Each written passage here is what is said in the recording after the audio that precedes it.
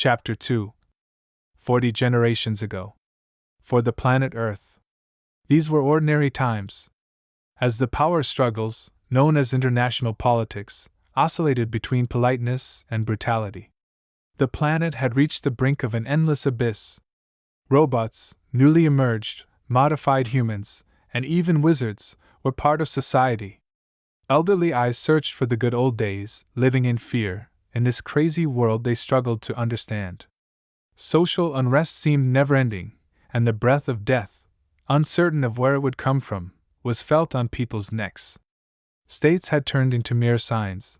Beyond collecting taxes, providing police and health services, they had no other functions. They were no different from a passenger trying to find a seat on the last ship leaving the port. Social dynamics only concerned companies. For the average person, the main source of news was none other than the hologram of their favorite character.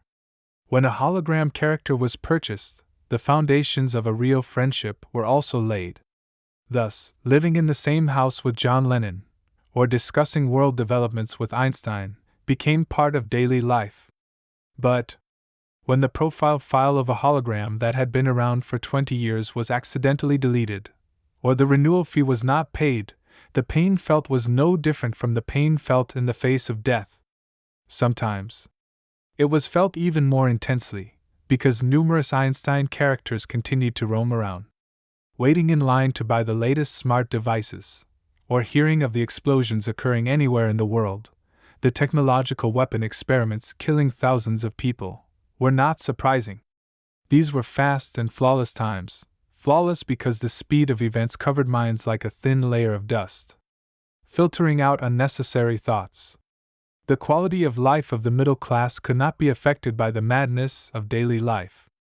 A new implant update that killed hundreds of people should not disrupt the daily plans of a software engineer living in New Delhi.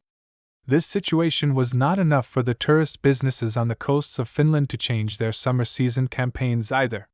For the majority, life was a struggle for survival that had not changed for thousands of years.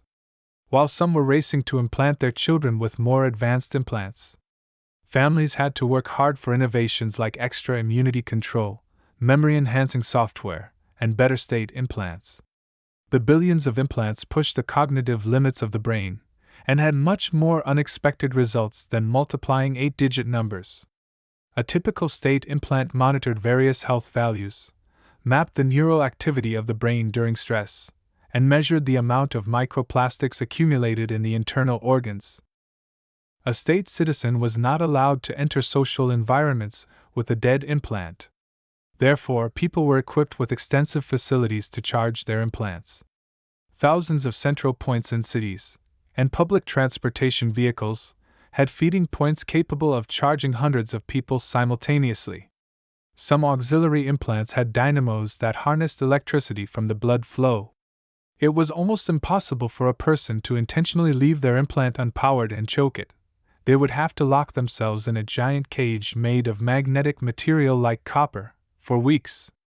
But an ordinary person would be grateful as long as their implant was charged and up to date, because otherwise, they knew the smart cushion in their neck vertebrae would lock their neck at noon, reverting to its trial version. Yet, an up-to-date implant would be generous, offering more trial versions in everything. A corporate implant, however, went far beyond this. It was a supercomputer operating in the brain. Within the first generation of superimplants, a very small minority veered into a little-known path. These children, known as the derived, were the first to learn magic.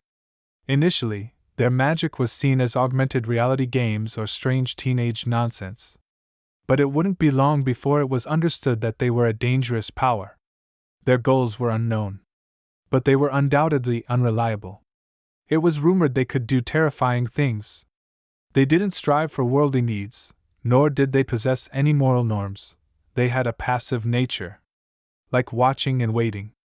And they did not need to connect to the system to update their implants. The derived children abandoned their families before reaching school age and sought refuge in the dark corners of the city.